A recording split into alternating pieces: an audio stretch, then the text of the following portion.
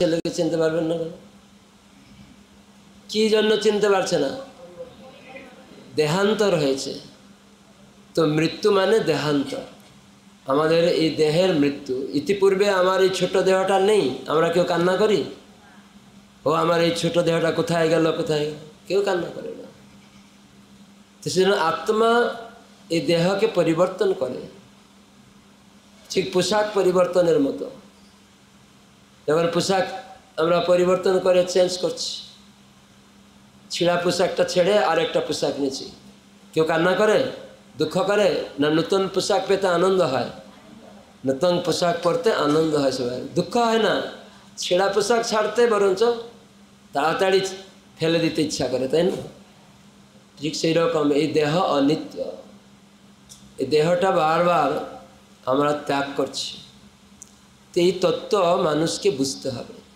এই জন্য প্রভুপাদ তিনি বলেছেন যে দেহের মধ্যে আত্মা হচ্ছে সজীব বস্তু। তো দুটি প্রকৃতি আছে, কে জানে দুটি প্রকৃতি? প্রকৃতি মানে কি? প্রকৃতি মানে শক্তি। প্রকৃতি মানে কি? শক্তি। কার শক্তি? ভগবানের শক্তি। তো যখন আমরা শক্তি বলবো, শক্তিমান আছে, তাই না? শক্তি বললে শক্তিমান আছে, তখন কেউ বলে আমার শক্তি। সেজন্য পরমেশ্বর ভগবান বলছেন আমার দুটি শক্তি আছে, একটা নিকৃষ্ট শক্তি, একটা উৎকৃষ্ট শক্তি। সপ্তম অধ্যায় গীতায় কৃষ্ণ বলেছেন ভূমিরাপু অন্নল বায়ু খং মন বুদ্ধিরেব চ অহংকার ইতি অঙ্গমে ভিন্না প্রকৃতির অষ্টধা। এ আমার অপরা প্রকৃতি, অপরা শক্তি, মানে অপরা মানে নিকৃষ্ট, নিকৃষ্ট শক্তি মাটি, জল, আকাশ, আগুন, বায়ু, মন, বুদ্ধি, অহংকার, এই 8 প্রকার বস্তু ভগবানের নিকৃষ্ট শক্তি। তখন তারপরেই বলছেন তারপরে শ্লোকে অপরয়াম ইতি তু অন্যাত, এই অপরা নিকৃষ্ট শক্তি ব্যতীত তু অন্যাত আরেকটা শক্তি আছে, জীবভূতা মহাবাহু। অপরয়াম ইতি তু অন্যাত, যে আরেকটা আমার শক্তি আছে সেটা হচ্ছে পরা। তো সেই পরাশক্তি কি না? জীবভূতা, ধার্যতে জগৎ, এই জগৎকে ধারণ করে রেখেছে। সেই জীবভূতা সজীব বস্তু হচ্ছে আত্মা। তো এই আত্মা ভিন্ন ভিন্ন দেহ লাভ করে। মাতাজি বলছে আমার সন্তানের আত্মকল্যাণ চাইছে। তো আমাদের আত্মার, সবাইয়ের আত্মার কল্যাণ হবে যখন আমরা ভগবানের সাথে যুক্ত থাকব, তখন আত্মার আনন্দ হবে। ভগবানকে বাদ দিলে আনন্দ হবে না। সেই জন্য আত্মকল্যাণ তখন হবে, আত্মার প্রসন্নতা তখন হবে কি করলে? শাস্ত্র বলছেন সবই পুংসাম পরো ধর্ম যত ভক্তির অধোক্ষজে অহেতুকি অপ্রতিহতা য আত্মা সুপ্রসিদ্ধতি। আত্মা প্রসন্ন হবে তখন যখন আমরা ভগবানের যে ভক্তি করব। কিভাবে না? অহেতুকি অপ্রতিহিতা ভক্তি, কোনো হেতু থাকবে না। যে সেবা, যে কর্মতে হেতু থাকবে না। হেতু মানে কামনা, যে আমার এটা দিলে আমি এটা করব, এটা হয়ে গেল হেতু। তাকে বলে সকাম কর্ম, কিছু পেলে কিছু করব। জগতের লোক সেটাই ধর্ম নামে চালাচ্ছে। তো সে সকাম কর্মে আসক্ত, এই জন্য বলে কর্মই ধর্ম। লোক বলে না কর্মই ধর্ম বলে লোকেরা, কিন্তু ভগবান কৃষ্ণ বলেন যে কোন কর্মটা ধর্ম? যজ্ঞার্থাৎ কর্ম না। যজ্ঞ মানে বিষ্ণুর উদ্দেশ্যে যে কর্ম, সেটা হচ্ছে ধর্ম। আর যদি ভগবানের সন্তুষ্টি বিধানের জন্য কর্ম না করে তাহলে বন্ধন হবে। কি বন্ধন? কভু স্বর্গে, কভু মর্তে, কভু কীট, কভু ক্ষুদ্র, কভু রাজা, কভু। তো এই জন্য আমাদের বুঝতে হবে যে আমরা দেহ এইভাবে গ্রহণ করছি, আত্মা। সেজন্য সবাই বলে আজকে বাবার দেহত্যাগ হয়েছে বলে, এরকম বলে না? দেহ ত্যাগ। তাহলে দেহটা বাবা নয়। কালকে আমরা বলছিলাম দেহটা বাবা না, দেহটা মা নয়, দেহটা পুত্র নয়। যদি পুত্র হতো তাহলে দেহটা তখনও ছিল। অনেকে কান্নাকাটি করছে। কেন কান্নাকাটি করছে? আপনার সন্তান সন্ততি ছেলে মেয়ে তো সামনেই আছে, শুয়েই আছে, তাহলে কান্নাকাটি করছে কেন? আমরা অজ্ঞানতার ফলে কান্নাকাটি করি, দেহটাই সব মনে করি। যদি দেহটা পুত্র হতো, দেহটা মা বাবা হতো, দেহটা স্ত্রী হতো, দেহটা স্বামী হতো, তাহলে কি যখন দেহত্যাগ বললাম তখন সেই দেহটা শুয়ে আছে সামনে কিনা, খাটে শুয়ে আছে কিনা? তাহলে বলছেন বাবা আজকে চলে গেলেন। ছোট ছেলে জিজ্ঞাসা করবে, কয় তোমার বাবা তো শুয়ে আছে, চলে গেছে কয়? তাহলে আমরা অজ্ঞ। স্কুল কলেজ ডিগ্রি থাকা সত্ত্বেও আমরা বুঝতে পারছি না যে এই দেহটা বাবা নয়, এই দেহটা ছেলে নয়, দেহটা স্ত্রী নয়, দেহটা স্বামী নয়। দেহের পরিচয় দিচ্ছি অনিত্য। তো সেজন্য এই দেহের মধ্যে আত্মা হচ্ছে নিত্য, সেই জ্ঞান অর্জন করতে হবে সবাইকে। তো সেই আত্মজ্ঞান লাভ করতে হবে। আত্মা এরকম দেহ কেন গ্রহণ করেছে? আপনারা এখানে মহিলা আছেন অনেকেই, সমস্ত মহিলার দেহটা একই রকম দেখতে? কেন না? সমস্ত মানুষ দেখতে একই রকম কেন না? জিজ্ঞাসা করুন। অনেক পণ্ডিত রয়েছে, অনেক বড় বড় লেকচার দেয়, তাদের জিজ্ঞাসা করুন। বলে ভগবান কিছু নেই, আমি যা কিছু করব সেটাই শ্রেষ্ঠ, এরকম ভাবে। তা জিজ্ঞাসা করা হচ্ছে যে আপনি একরকম, উনি আর একরকম কেন হলো? আপনার ভাই দুইজন, আপনি চাকরি পেয়েছেন, আপনার ছোট ভাইটা চাকরি নেই, কি কারণ? তখন বলতে পারবে না। আপনার ছোট ভাই চাকরি নেই, আপনার চাকরি আছে। আপনার ছোট ভাইটার চাষ করছে, হাল করছে, আর আপনি আইএস অফিসার, এসি গাড়ি, বাংলো এইসব পেয়েছেন, কিন্তু আপনার ভাইয়েরটা নেই কেন? আপনার ভাইও পাস করেছে, অনেক স্কুল কলেজ ডিগ্রিও ভাইয়েরও রয়েছে, সার্টিফিকেট রয়েছে, আপনারও রয়েছে, কিন্তু ভাই চাকরি পেল না, ওই সার্টিফিকেট থেকেও পেল না। যেমন এখন অনেকে পাস করেছেও চাকরি নেই, হ্যাঁ কি না? তো এগুলি প্র্যাকটিক্যাল আমাদের বুঝতে হবে কেন। এই জন্য একটা উপনিষদ আছে, 108 উপনিষদের মধ্যে একটা উপনিষদ, সেটার নাম কি জানেন? কেন উপনিষদ। কেন মানে হোয়াই। হ্যাঁ, কেন? কেন আমি বৃদ্ধ হতে চাইনি, বৃদ্ধ হয়ে গেলাম। আমি মৃত্যুবরণ করতে চাইনি, আমি দুঃখ চাইনি, দুঃখ আসছে কেন? আমি তো এই মহিলা দেহটা ভালো লাগছে না, আমি মহিলা হতে চাই না, আমি পুরুষ হতে চাইছি, কেন মহিলা দেহ হলো? এগুলি কেউ জিজ্ঞাসা করে? আমি তো গরিব হতে চাইনি, কেন আমি গরিব হলাম, উনি ধনী। আমি ফুটপাতে থাকতে চাইনি, কেন আমি ফুটপাতে আছি, ইনি দালাল বাড়িতে আছে। এইসব প্রশ্ন কে করবে? মানুষ, যাদের জ্ঞান আছে। কিন্তু অনেক সময় আমরা স্কুল কলেজে ডিগ্রি আছে, অজ্ঞাতায় বলে আমি তো দুধে ভাতে আছি, দালাল বাড়ি আছে, ও খেতে পেল না বলে আমার কি যায় আসে। কিন্তু প্রত্যেক ব্যক্তির কর্তব্য অন্যের প্রতি করুণা প্রদর্শন করা। আমি খেতে পাচ্ছি, ও খেতে পাচ্ছে না কেন, সেটা নিজে জানা, যে আমিও কয়েকদিন পরে হয়তো ওই দালাল বাড়ি আইএস অফিসার পদ থেকে হয়তো নিচে চলে যাব। চলে যায় না? কেউ প্রধানমন্ত্রী এখন সাধারণ মানুষ হয়ে আছে, কেউ মুখ্যমন্ত্রী এখন সাধারণ মানুষ হয়ে আছে, কেউ পাত্তা দেয় না।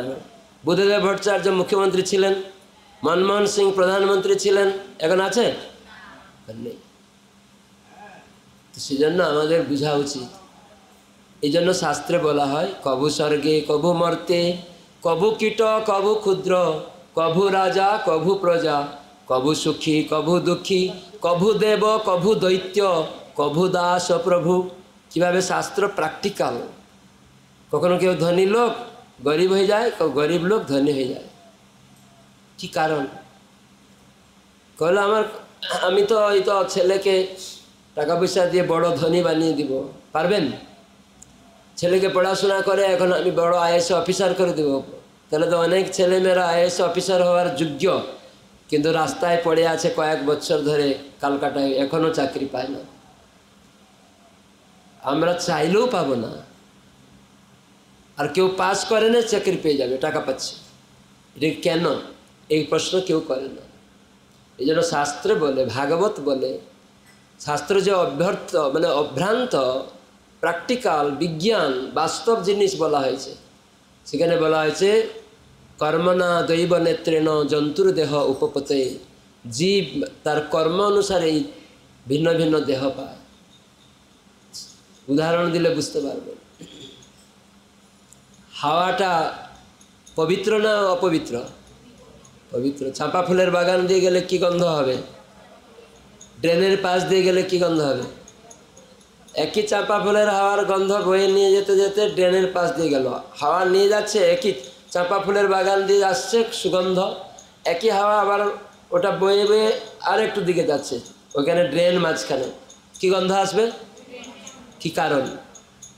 স্থানের সঙ্গ করছে। ঠিক সেরকম আমি আত্মা, এই দেহ নই। একটু আগে আমরা শুনলাম সবাই কি বলে? আমার হাত বলে না আমি হাত বলেন?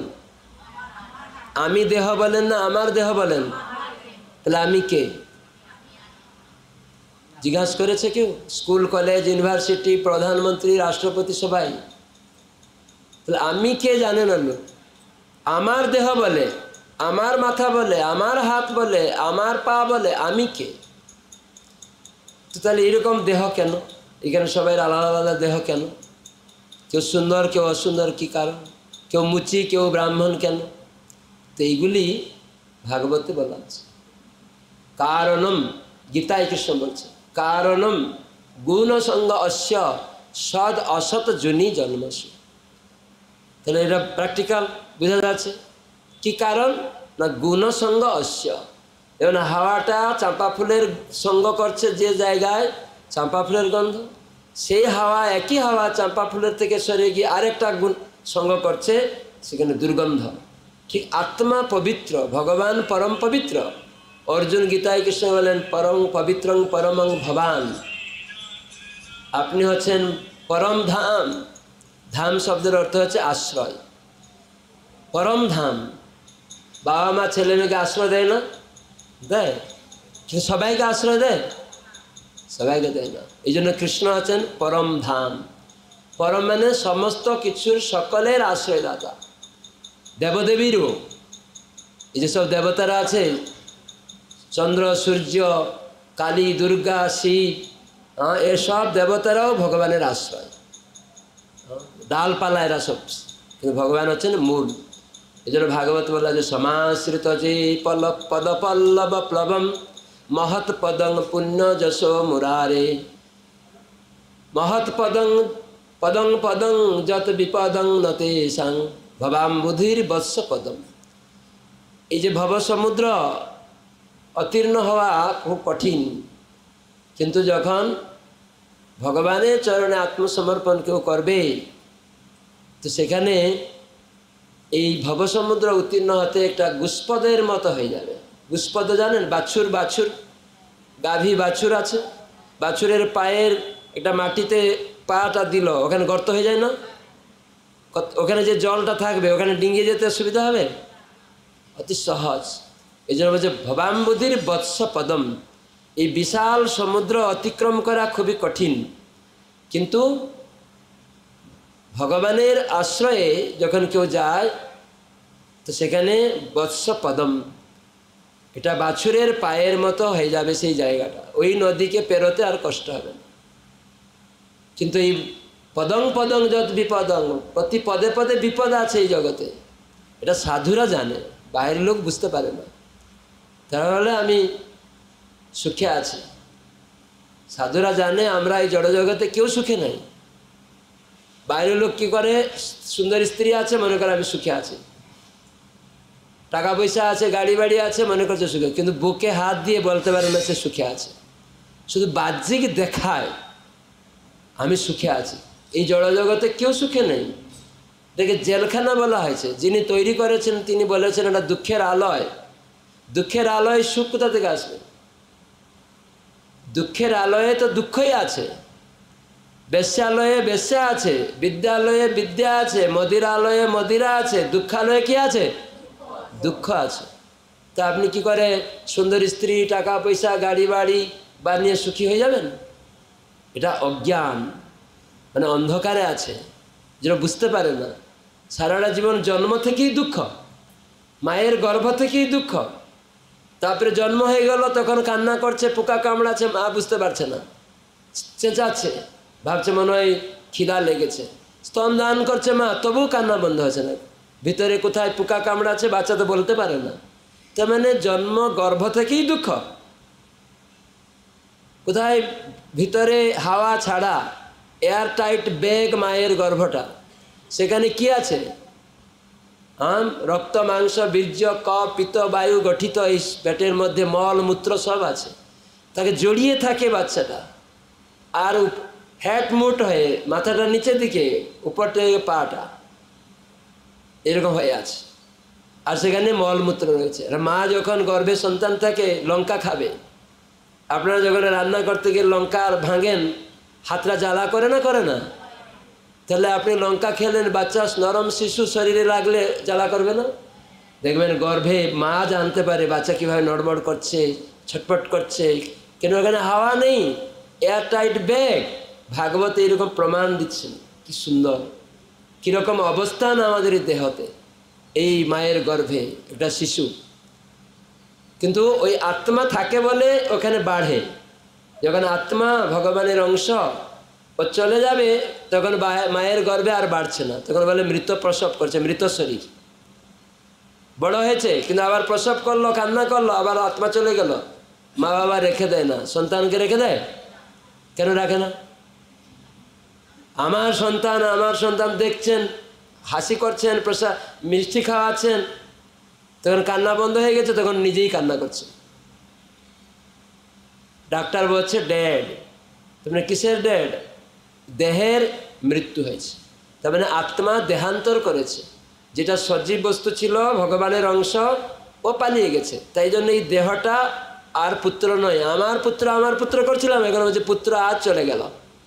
কোথায়? শুয়ে আছে, কোথায় চলে গেল? তার মানে আমরা কত অজ্ঞানে আছি না? তো সেই জন্য এই যত পরিচয়, আমার বাবা, আমার স্ত্রী, আমার মেয়ে, আমার ছেলে, এগুলা মিথ্যা পরিচয়। যদি না হতো তাহলে বলতেন না বাবা আজ দেহত্যাগ করলেন, বাবা শুয়ে আছে, তাহলে কে চলে গেল? আজ অরিজিনাল বাবাকে দেখতে পাইনি। সেটা হচ্ছে আত্মা। ওটাই গীতায় কৃষ্ণ বলে মমই বাংশ জীবলোকে জীবভূত সনাতন। তো এই তত্ত্ব জ্ঞান লাভ করতে গেলে আমরা এইরকম দেহ বারবার জন্ম মৃত্যু চক্র থেকে মুক্ত হতে গেলে, তাই মৃত্যু সময় আমাদের কিভাবে চিন্তা করতে হবে, সেই চিন্তা অনুসারে এই দেহগুলি পাওয়া যাবে। আমি কেমন সঙ্গ করব, তাই মৃত্যু সময় সেটা আসে। আপনি সারা জীবন আমরা যেই রকম সঙ্গ করব, আর মৃত্যু সময় ওই চিন্তাই হবে। বাচ্চাদেরকে যখন আপনারা কিছু শিখান, রাত্রিবেলা বিলবিলায় না, সে কথা বলে বলে অ আ শিখাচ্ছেন, রাত্রে ও ঘুমাতে অবস্থায় অ আ বলে। মা মা ডাকছিল, রাত্রিবেলা ও ঘুমিয়ে ঘুমিয়ে মা মা করছে, ঘুমিয়ে আছে। তার মানে মৃত্যুর সময় আমরা সারা জীবনের যে কনসাসনেস থাকবে, যে সঙ্গ করব, সেই সঙ্গটা আমাদের মৃত্যু সময় এসে দেখা দিবে। যে বস্তুর প্রতি আমার আসক্তি হবে সেটা দেখা দিবে। তো সেজন্য হরিদাস ঠাকুর তিনি শিখালেন কিভাবে মৃত্যুবরণ করতে হবে। শিল প্রভুপাদ শিখালেন, ভীষ্মদেব শিখালেন কি করে মৃত্যুবরণ করতে হবে। ভীষ্মদেব তো সরসজ্জায় শুয়েছিলেন না, একদম যুদ্ধে গিয়েই অর্জুন তাকে সরসজ্জা করে শুয়ে দিয়েছে, কিন্তু ওনার ইচ্ছা মৃত্যু ছিল। আমাদের তো ইচ্ছা মৃত্যু নেই, আমরা জানি না কবে মৃত্যুবরণ করব, হ্যাঁ কি না? ভীষ্মদেব খুব ভাগ্যবান যে বাবা থেকে ইচ্ছা মৃত্যু পেয়েছিল, কিন্তু আমরা তো জানি না কখন মৃত্যুবরণ করবে। উনি মৃত্যুবরণ করছে না, উনি যখন বলেন ইচ্ছা করছে না, এরকম বাবার আশীর্বাদ ছিল। কিন্তু তার মৃত্যুবরণের ইচ্ছা ছিল যে আমি পাণ্ডবদের দর্শন করব, পাণ্ডবেরা বৈষ্ণব ভক্ত, আর সঙ্গে সঙ্গে ভগবান যিনি পাণ্ডবদের আশ্রয়দাতা, সকল জীবের আশ্রয়দাতা। এই যুদ্ধভূমিতে দেখলাম কিভাবে কৃষ্ণ পাণ্ডবদেরকে রক্ষা করেছেন। তো সেই আশ্রয়দাতা কৃষ্ণকে আমি সম্মুখে দেখতে চাই। আর তাকে দর্শন করেই ভগবানের গুণ কীর্তন করতে করতে ভীষ্মদেব দেহত্যাগ করছেন। তো মৃত্যু এইরকমই দেহত্যাগ করতে হবে এই মনুষ্য জীবনে। পশু পাখিরা তারা জানে না কখন মৃত্যু হবে, আমরা জানি না কখন মৃত্যু হবে। সেই জন্য এখন থেকে, এই মুহূর্ত থেকে, আজ থেকে, এই মুহূর্ত থেকে আমাদের ভগবানের চরণে আত্মসমর্পণ করা উচিত। তো কি করে আত্মসমর্পণ করবেন? না ভগবানের নামের মাধ্যমে। সেজন্য জীবন নিত্য জান হসার, তাহে নানাবিধ বিপদ ভার, নামাশ্রয় করি যতনে তুমি থাকো হ আপন কাজে। তো কলিযুগে ভগবানের নাম রূপে এসেছেন, নামাবতার, তাই তাকে আশ্রয় করে কর্ম করো। তাহলে মৃত্যু যে কোনো মুহূর্তে আসুক না কেন, যে কর্ম করছেন আপনি, রান্না করুন, চাষ করুন, ব্যবসা করুন, চাকরি করুন, হাঁটুন, কথা বলুন, সব যদি কৃষ্ণের আশ্রয়ে হয় তাহলে আপনার মৃত্যু হলেও কৃষ্ণ চিন্তা করে আপনি দেহত্যাগ করতে পারবেন। ভগবান বলছেন অন্তকালে চমামেব স্মরণ মুক্তা কলেবরম। যদি কেউ আমাকে মৃত্যুর সময় আমার চিন্তা করতে পারে সে আমার কাছে ফিরে আসবে। তো সেজন্য আমরা যদি চাই ভগবানের কাছে ফিরতে, তাহলে আমাকে অভ্যাস করতে হবে। আমাদের মন খুব চঞ্চল, ভগবান এটাকে স্বীকার করেছেন। অর্জুন বলছে কৃষ্ণ আমার মন অত্যন্ত চঞ্চল, বায়ুরিব সুদুষ্করম, বায়ুকে আটকানো যায় না যেমন মনকেও আটকানো যাচ্ছে না। বায়ুকে কেউ আটকাতে পারে? তাই মনটা এত চঞ্চল, বলছে এত দুষ্কর। ভগবান বললেন নিঃসংশয়, আমি নিঃসন্দেহে এটাকে স্বীকার করি, কিন্তু অভ্যাসেন বৈরাগ্যেন জগৃহ্যতে, অভ্যাস আর বৈরাগ্যের মাধ্যমে তুমি এই মনকে সংযত করতে পারো। এই জন্য প্রভুপাদ সারা বিশ্বে শিখালেন প্র্যাকটিক্যালি কি করে আমরা মনকে সংযত করব। যেন প্রভুপাদ বলেন, কৃষ্ণ বলেছেন মনমনা ভব মদ্ভক্ত মজাজি মাং নমস্কুরু। 4টি জিনিস করো, মনে তুমি সর্বদা আমাকে ভাবো। কিন্তু আমরা কি ভাবি? মেয়ে খেলো কি না, সে স্কুলে গেল কি না, স্বামী ব্যবসা থেকে কখন আসবে, এইসব ভাবি না, এরকম সব ভাবি। কিন্তু আমাদের এই ভেবে আপনি কি করবেন? যদি বৃষ্টি না হয়, মাটি না থাকে, আপনি ছেলে মেয়েকে ভেবে কিছু করতে পারবেন? খাওয়াতে পারবেন? স্বামী যেন রান্না করতে পারবেন? চাষবাস নেই, বৃষ্টি নেই, শাকসবজি উৎপন্ন হচ্ছে না, তাহলে আপনি ভেবে কে? আপনি ভাবার কে? সেই জন্য কৃষ্ণ বলছেন মনমনা ভব মদ্ভক্ত মজাজি মাং নমস্কুরু। তোমার মন দিয়ে আমাকে ভাবো। কেন এই মাটি জল আকাশ আগুন আমার, তোমার নয় মহাশয়। তুমি জল দিতে পারো না, বৃষ্টি দিতে পারো না, মাটি দিতে পারো না, আগুন দিতে পারো না। মানে আমরা কত মূর্খ, শুধু ভাবছি আমার মেয়েটা কি হবে, ছেলেটা কি হবে, স্বামীরা কোথায় গেল, আমার সবাই চলে গেল, মরে গেল, আমি একা কি করব। আপনি ভেবে কি করবেন? আমি ছেলেকে খাওয়া দাওয়া করব, ছেলেকে আমি পড়াশোনা করব। আপনি কে? আপনি নিজেই তো দাঁড়াতে পারবেন না, মাটি না থাকলে আপনার ছেলে মেয়েকে দাঁড়া করাবেন কোথায়? সেজন্য আমাদের চেষ্টা করতে হবে আমাদের ছেলে মেয়ে পুত্র কন্যার প্রতি আসক্তিটা পরিবর্তন করতে হবে ভগবানে। কেন তিনি রক্ষাকর্তা, পালনকর্তা, ভরণ পোষণদাতা। তার মানে নয় আপনার ছেলে মেয়ের প্রতি কর্তব্য নেই, আছে। সেই কর্তব্যটা কি না ভগবানের ভজনায় নিযুক্ত করানো, এই একমাত্র কর্তব্য। যে না না তুমি কৃষ্ণকে ভাবো, কৃষ্ণের নাম করো। কেন এই যে আলো বাতাস অক্সিজেন যা পাচ্ছ এটি ভগবান দিচ্ছেন, আমি নয়। এই জন্য অম্বরীশ মহারাজ সারা বিশ্বের রাজা ছিলেন, উনি ওই শিক্ষা দিতেন। প্রজাদের মিটিং করতেন, বলতেন না আমাকে ভোট দিয়ে জয়ী করো, আমি তোমাদের জলের লাইন করে দিব, ইলেকট্রিক লাইন করে দেবো। এইসব অম্বরীশ মহারাজ বলতেন না। আজকাল মূর্খ রাজারা যারা সব ভোট নিয়ে জ্ঞানহীন রাজারা, তারা এইসব বলে। কোন রাজা আছে একটু বৃষ্টি দিতে পারবে, ইলেকট্রিক দিতে পারবে? জল না হলে তো ইলেকট্রিক উৎপন্ন হয়ে হবে না, হবে? কিছুই হবে না। তাহলে ভাওতাবাজি দিতে অভ্যস্ত করছে, আর আমরা সেই ভাওতাতে মুখস্থ করছি, মূর্খ হয়ে গেছি এবং তাদের ভোট দিচ্ছি। যখন বন্যা বা ঝড় আসছে, রাজনৈতিক নেতারা কি বলে, তোমরা সাবধান হয়ে যাও, ঝড় আসছে, তোমরা সাবধান হয়ে যাও। আগে ভোটের আগে কি বলছিল, আমরা তোমাদের রক্ষা করব, আমাদের ভোট দাও, হ্যাঁ কি না? কিন্তু যখন ঝড় বৃষ্টি এসছে বলে তোমরা সাবধান হয়ে যাও, হ্যাঁ এখন বন্যা আসছে, ঝড় আসছে, ঘর বাড়ি উড়িয়ে যাবে, সব একসাথে থাকো। তার মানে ওরা আর রক্ষাকর্তা নয়, তোমাকে নিজেকে রক্ষা হতো। তাহলে আমি রক্ষাকর্তা নই, ভগবান হচ্ছেন একমাত্র রক্ষাকর্তা। এই আশ্রয়ে আমাদের যেতে হবে। তো সেজন্য হরিদাস ঠাকুর তিনি মৃত্যুবরণ করবেন, তিনি চাইলেন যে ভগবান গৌরাঙ্গ মহাপ্রভুর পাদপদ্মকে বক্ষে ধারণ করবেন, আর তার মুখমণ্ডল দেখবেন, আর শ্রীকৃষ্ণ চৈতন্য নাম বলবেন, এরকম বলে বলে দেহত্যাগ করবেন। তাহলে দেখুন, সেজন্য আমরা যদি অভ্যাস করি তাহলে ভগবান সেটি মজুর করবে। সেজন্য মহাপ্রভু কাছে যখন হরিদাস ঠাকুর এইরকম উক্তি করলেন যে প্রভু আমি চাই যে আপনার পাদপদ্ম আমার বক্ষে ধারণ করব, আপনার মুখমণ্ডল দর্শন করব, আর তোমার নাম বলে বলে আমি দেহত্যাগ করব। ভগবান মহাপ্রভু স্বয়ং কৃষ্ণ, তিনি বলে কৃষ্ণ ইচ্ছাময়, অবশ্য তোমার ইচ্ছা পূর্ণ করবেন। কেন? তিনি স্বয়ং কৃষ্ণ, তিনি জানেন হরিদাস ঠাকুর সারাটা জীবন কি করেছেন। হরে কৃষ্ণ কৃষ্ণ কৃষ্ণ হরে হরে, হরে রাম রাম রাম হরে হরে। এই মন্ত্র ভগবানের নাম, শ্রীকৃষ্ণ চৈতন্য প্রভু নিত্যানন্দ শ্রী অদ্বৈত গদাধর শিবাসাদি গৌর ভক্তবৃন্দ এইসব মন্ত্র উচ্চারণ করেছেন, কৃষ্ণের সেবা করেছেন। হরিদাস ঠাকুর নিচ কুলে যাত, যবন কুলে যাত, কিন্তু মহাপ্রভু স্বয়ং ভগবান তার পরিত্যক্ত দেহকে কুলে নিয়ে নৃত্য করছেন নাম সংকীর্তন করতে করতে। আর তার শ্রাদ্ধ অনুষ্ঠান জগন্নাথের মহাপ্রসাদ দিয়ে ভিক্ষা করে স্বয়ং ভগবান। কেন? তার ভক্ত সেবা যে করে, ভগবানের চিন্তা করে, ভগবান তার চিন্তা করে।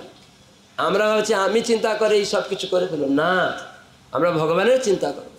কেন? এই মাটি, জল, আকাশ, আগুন, বায়ু, আমরা একটু আগে শুনলাম, সব কৃষ্ণের, আমার নয়। বলে আমার ছেলে না হলে, কে মৃত্যুবরণ করলে কে আমাকে জল দিবে, সবাই ভয় পায় না? কে মুখে জল দিবে? আরে ছেলে মেয়ে মুখে জল দিতে পারবে? আপনার ছেলে পঙ্গু হয়ে গেল, মৃত্যুবরণ হয়ে গেল আপনার বাবা মার আগে, তাহলে কে দিবে জল? আমরা রক্ষাকর্তা নই, কেউ জলদাতা নই। যদি বৃষ্টি টিষ্টি হবে না তাহলে কেউ জল দিতে পারবে না। এখানে জল না থাকলে আপনি কোথা থেকে জল আনবেন? আপনি পোড়াবেন, কাঠ না থাকলে আপনি কোথা থেকে আনবেন? গাছ তো উৎপন্ন হবে না, মাটি নেই। সবাই বলে আমার টাকা পয়সা থাকলে আমি খুব সুখী হব, আমার কল্যাণ হবে। কয়জন মনে করেন টাকা পয়সা থাকলে সুখী হবেন? হাত তুলুন দেখি। কোনো সুখী নেই। আপনাদেরকে আমরা ডিসকাউন্ট থেকে দিব, কত লক্ষ ডলার চান দিব, কত কোটি টাকা চান দিব, কিন্তু বৃষ্টি হবে না, মাটি থাকবে না, শাকসবজি উৎপন্ন হবে না। কিন্তু আপনার কাছে টাকা থাকবে, কাগজের নোট, ওই টাকাটা কোনো মূল্য হবে? বাজারে গিয়ে চাল নেই, কেন? বৃষ্টি নেই। শাকসবজি নেই, বৃষ্টি নেই। মাটি নেই, আপনি হাঁটবেন, যাবেন কি করে? সব জলময়, কোথায় যাবেন?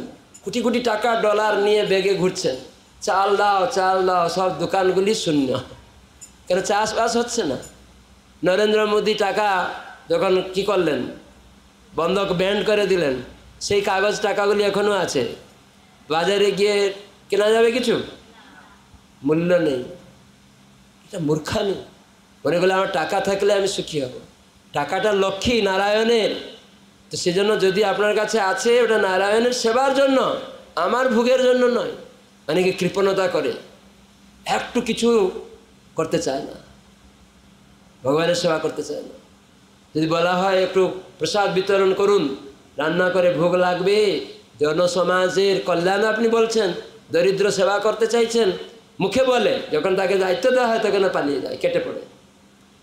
কিন্তু লোকেদের বাহাবা পাওয়ার জন্য, হ্যাঁ দরিদ্র লোকের সেবা করো, দরিদ্র লোকের সেবা করো, কিন্তু তার নিজে টাকা পয়সা নিয়ে বিরাট বিরাট বাড়ি বিল্ডিং হয়ে যাচ্ছে। আর দরিদ্র লোকের সাথে যখন বন্যা আসছে তখন হয়তো একটা হেলিকপ্টার থেকে একটা গমের বস্তা বা একটা চিড়ের প্যাকেট একটা হয়তো ফেলে দিচ্ছে, কিন্তু নিজের বাড়িতে টাকা পয়সা গাদা হয়ে সব নিয়ে রাজনৈতিক নেতারা কী করছে? বলছে আমরা দরিদ্র গরিব লোকেদের সেবা করব। মূর্খামি, প্রতারণা। তুমি কে করার? ভগবানের সম্পত্তিকে চুরি করে পুঁজিবাদী করছো, আবার একদিন দেখা গেল সব জেলের মধ্যে। সব চলে যাচ্ছে। তো এগুলি প্র্যাকটিক্যাল হতে হবে, বাস্তব জিনিসটাকে বুঝতে হবে। সেজন্য আমরা মনে করব এই জগতে যা কিছু কৃষ্ণের, আমার কোনো কিছু নয়, তাই সব কৃষ্ণের সেবাতে আমাকে যতটুকু পেয়েছি সেটা তার সেবা করার জন্য। ছেলে একটা পেয়েছি, আছে, ঠিক আছে, কৃষ্ণ সেবা করো, আমাকে দেখবে বুড়ো হয়ে গেলে এই চিন্তা করবেন না, বুঝতে পারছো? তো সেটাই হচ্ছে এই মনুষ্য জীবনে আমাদের ভগবানের নাম করা, প্রসাদ খাওয়া, গীতা ভাগবতের শিক্ষা পালন করা, সাধুসঙ্গ করা মাধ্যমে হৃদয়ের আয়না পরিষ্কার হবে। তখন এই আয়না পরিষ্কার হলে নিজেকে দেখতে পাবেন, আর কর্তব্য তখন বুঝতে পারবেন।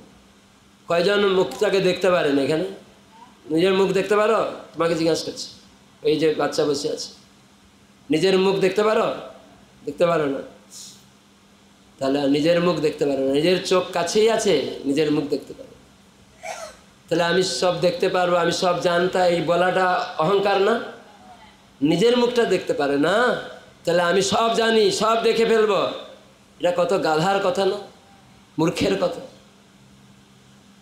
এই মুখটা দেখতে কি লাগবে? আয়না লাগবে।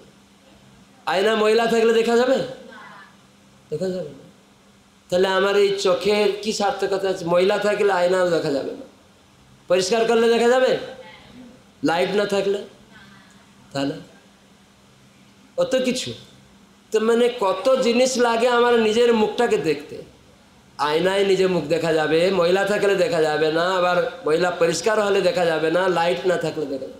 তাই ভগবান হচ্ছেন ওই আয়না, আমার হৃদয়ের ময়লা পরিষ্কার করার। ভগবানের নাম হচ্ছে চেত দর্পণ মার্জন, ঝাড়ু পরিষ্কার করার, আর সঙ্গে সঙ্গে লাইট, ঝাড়ু দিয়ে পরিষ্কার করবে আর লাইট জ্বলবে। তখন আমি যে এই দেহ নই, একটু আগে আমরা বলছিলাম আমার দেহ, তো আমার সেই সময় বোঝা যাবে আমি দেহ নই, আমি আত্মা।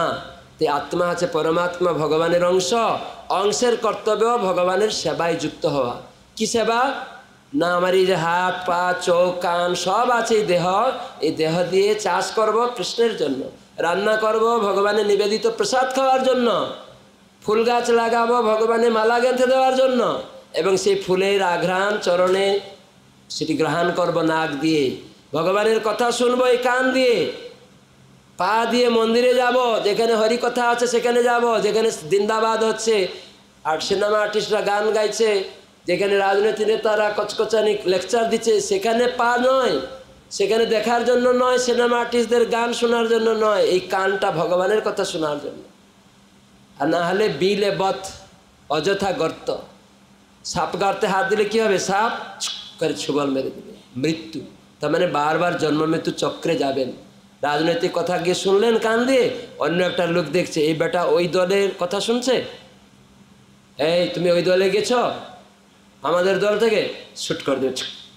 তার মানে কান দিয়ে যে কথা শোনা হয় গর্ত, যদি কৃষ্ণের কথা না শুনবেন, অন্য যা শুনবেন ওই সর্পগর্তের মতো দংশন হয়ে যাবে, মৃত্যু হবে। তার মানে বারবার চক্রে ঘুরতে হবে। এই জন্য এই মনুষ্য দেহ পশু পাখি থেকে অনেক উন্নত, কেবল ভগবত আরাধনার জন্য। তো সেই জন্য আমরা স্কুল কলেজ ডিগ্রি করব কৃষ্ণ আরাধনার জন্য। মহাপ্রভু একবার এক দিগ্বিজয় পণ্ডিত ছিল, কেশব ভট্ট নাম ছিল, কাশ্মীরের পণ্ডিত, সারা বিশ্বতে তার পাণ্ডিত্য ছিল, সরস্বতীর বরপুত্র ছিল। কিন্তু নিমাই পণ্ডিত মহাপ্রভু নবদ্বীপে সেখানে এসেছে, সারা দুনিয়ার জয়পত্র নিয়ে, সবাই জয়পত্র দিয়ে দিয়েছে পণ্ডিতরা, কেন ওর সাথে কেউ পারে না, ও সরস্বতীর বরপুত্র। কিন্তু নবদ্বীপে এসছে, সব পণ্ডিত মহল ভয়ে পালাচ্ছে, শ্বশুর বাড়ি যাই, মেয়ের বাড়ি যাচ্ছি, একটু বন্ধুর বাড়ি যাচ্ছি, ভয়ে মিথ্যা কথা বলে, কেন পারবে না ওর সাথে।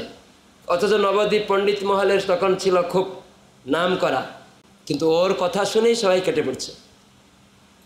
তারা ভাবছে নিমাই তো ছোট্ট পণ্ডিত, ও যদি হারিয়ে যায় আমরা বলবো শিশু পণ্ডিত হেরে গেছে, আমরা ছিলাম না, এরকম বলে কেটে দেব। আর যদি নিমাইয়ের কাছে জিতে যায়, মানে হারিয়ে যায় পণ্ডিত, তাহলে আমরা বলো আমাদের শিশু নিমাই ওই পণ্ডিতকে হারিয়ে দিল, আমরা থাকলে কি না করতাম, এরকম বলে সব কেটে পড়ছিল। কিন্তু নিমাই পণ্ডিত ছোট্ট বাচ্চা হলেও সেখানে একটা ঘাট আছে, বারকুনা ঘাট, নবদ্বীপ পরিক্রমা করার সময় যে ঘাটে ওই কাশ্মীর থেকে ওই পণ্ডিত সারা ভারত ঘুরে ঘুরে সব পণ্ডিতরা দেখেই না না আমরা তোমার সাথে তর্ক করবো না, এই জয়পত্র নিয়ে নাও, তুমি বড় শ্রেষ্ঠ পণ্ডিত। কিন্তু নবদ্বীপের লোকেরা সব পালিয়ে গেছে, একমাত্র নিমাই পণ্ডিত বারকুনা ঘাটে সন্ধ্যাবেলা বসে ছোট ছোট বাচ্চাদেরকে নিয়ে টুল খুলেছে আর সেখানে পড়াচ্ছে, ওনার বাড়ি থেকে একটু দূরে। আর সেখানে এই পণ্ডিত খুঁজতে খুঁজতে সব পণ্ডিত মহল কাউকে পেল না। তখন দেখছে গঙ্গার ধারে যেতে যেতে দেখছে ওখানে একটা মাঝখানে বসে আছে, দেখতে খুব সুন্দর ছেলে, আর চারিদিকে কিছু বাচ্চারা বসে আছে। তখন বাচ্চাদেরকে জিজ্ঞাসা করছে, হাতি ঘোড়া পালকি করে যাচ্ছ এই? আরে এই মাঝখানে বসে আছে এরকম দেখতে সুন্দর, এ কে? জিজ্ঞাসা করছে। সেই দিগ্বিজয় পণ্ডিত, তার নাম হচ্ছে কেশব ভট্ট। বলছে ইনি হচ্ছে নিমাই পণ্ডিত। আমি তো নিমাই পণ্ডিতকে খোঁজ করছিলাম। নিমাই তুমি, তোমার নাম নিমাই পণ্ডিত? আচ্ছা আমি শিশু নিমাই, আমি দিগ্বিজয়ী, এই দেখো জয়পত্র নিয়ে হাতি ঘোড়া নিয়ে ঘুরছি, সারা বিশ্বে আমাকে জয়পত্র লিখে দিয়েছে, তোমার সাথে আমি তর্ক করতে চাই, তুমি নাকি পণ্ডিত। বলে আমি তো শিশু, আপনি মহান পণ্ডিত, সরস্বতীর বরপুত্র, কিভাবে কথা বলতে হয় মহাপ্রভু শিখাচ্ছেন, তার বড় প্রশংসা করছেন। আপনি তো মহান পণ্ডিত, দিগ্বিজয়ী, আপনি কত জয়পত্র নিয়েছেন, আমি তো একজন শিশু, আমি আর কি আপনার সাথে তর্ক করব? আপনি যখন এসেছেন আমাদের কাছে কিছু কথা বলুন, আমরা যাতে পাণ্ডিত্য আপনার কিছু শুনি। আরে আমার কাছ থেকে শুনতে চাও? বলছে হ্যাঁ। কি শুনবে? কেন এই গঙ্গার ধারে বসে আছি, একটু গঙ্গার মহিমা বলুন না। তাই একদম ঝড়ের বেগে গঙ্গার মহিমা বলতে শুরু করছে, শ্লোক রচনা করছে, খণ্ডন করছে, লিখছে সব, আর বলেই যাচ্ছে বলেই যাচ্ছে। কত বহু সময় বলে যাওয়ার পরে ঝড়ের বেগে একদম শ্লোকগুলি বলছে। নিমাই কি বুঝলেন? বলে বুঝলাম আপনার এই সব শব্দগুলিতে অলঙ্কার দোষ, বাক্য দোষ, শব্দ দোষ সব রয়েছে, একদম মাথায় চড়ক পড়ে গেছে। আমি ঝড়ের বেগে বললাম এ কী করে সব উদ্ধার করলো এই সব শ্লোকগুলো? বলে দেখুন আপনি যেমন কিছু কিছু বাক্য বিনাশ করতে পারেন, কেউ শ্রুতিধরও তো আছে, আমি শ্রুতিধর সরস্বতী মায়ের, তাই জন্য আপনার বলার সঙ্গে সঙ্গে ধরে দিয়েছি আপনার কথাগুলি। আপনি এই যে বলেছেন ভবানী ভর্তা, এই যে একটা কথা বাক্য বিনাশ করলেন, ভবানী ভর্তা, ভবানী মানে কি? ভবানী মানে দুর্গা, শিবের পত্নী, ভব মানে শিব, ভবানী মানে শিবের পত্নী দুর্গা পার্বতী। তা আপনি এখানে যে বলছেন ভবানী ভর্তা, তার মানে দুর্গা মাতার আরও একটা স্বামী আছে মনে হচ্ছে, ভর্তা মানে স্বামী। ভবানী যখনই বললেন তখনই তো বোঝা যায় শিবের পত্নী দুর্গা। আপনি আবার বলছেন ভবানী ভর্তা, তার মানে দুর্গা মাতার আরেকটা স্বামী আছে নাকি? তখন মাথায় একদম চড়ক পড়ে গেছে, আরও ভয় পেয়ে গেছে যে বাক্য অর্থে দোষ, কত কিছু ভুল একদম।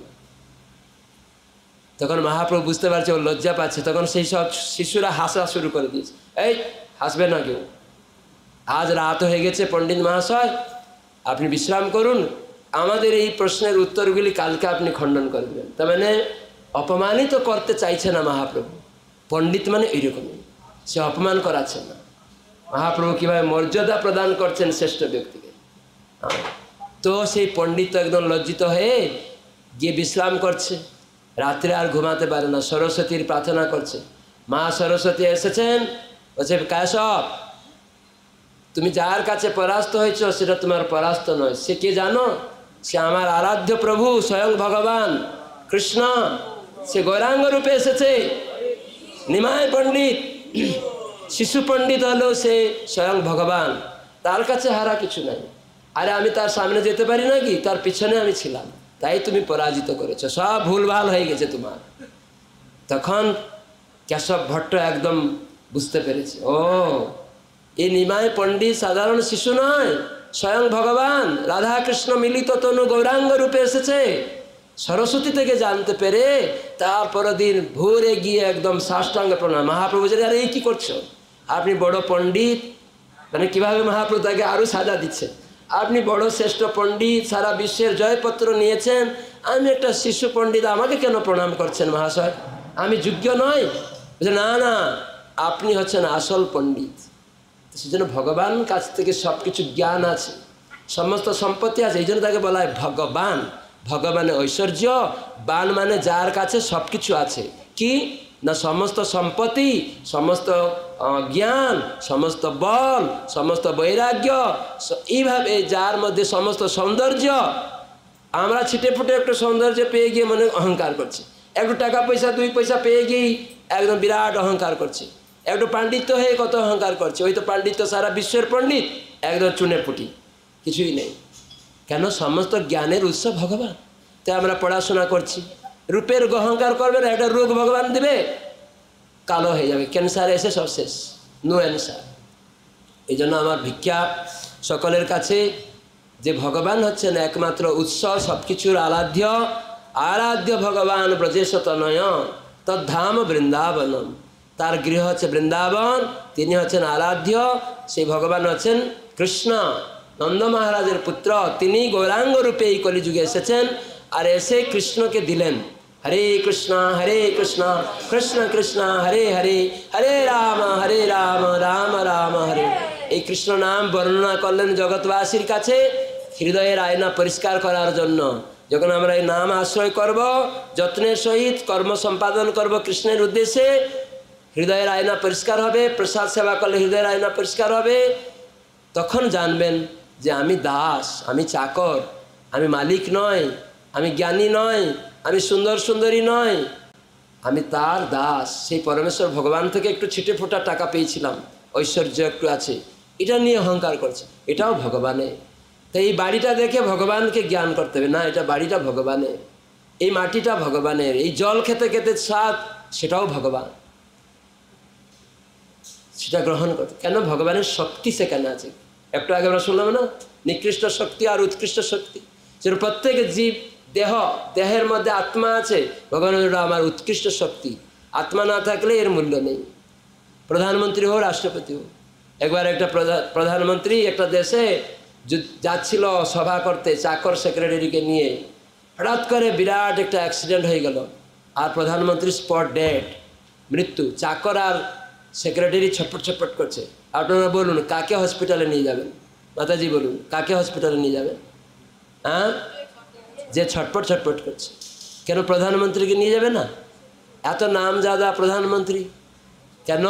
ওর ড্যাড হয়ে গেছে, আত্মা চলে গেছে ওর দেহ থেকে। কি প্রমাণ? না ছটপট করছে না, ছটপট করছে যে তার মধ্যে আত্মাটা রয়ে গেছে। ডাক্তার এসে দেখছে হ্যাঁ চেতনা আছে, নিয়ে যাচ্ছে হসপিটালে। আর প্রধানমন্ত্রী চেক করে দেখছে চেতনা নেই, আত্মা নেই, প্রাণবায়ু শেষ, তখন আর নিচ্ছে না। তাহলে কার মূল্য শ্রেষ্ঠ এখানে? চাকর আর সেক্রেটারির? প্রধানমন্ত্রীর মূল্য নেই। কেন মূল্য শ্রেষ্ঠ হলো চাকর চাকরানির? বা সেক্রেটারি আর চাকরের কেন মূল্য হলো? আত্মা। আত্মা পরমাত্মা ভগবানের অংশ, তাই ভগবান শ্রেষ্ঠ, তাই তার অংশ আত্মা হওয়ার ফলে শ্রেষ্ঠ। তাই আমার শ্রেষ্ঠ তো তখনই যখনই আত্মা আছে, নাহলে এই পদ নিয়ে কি করবেন?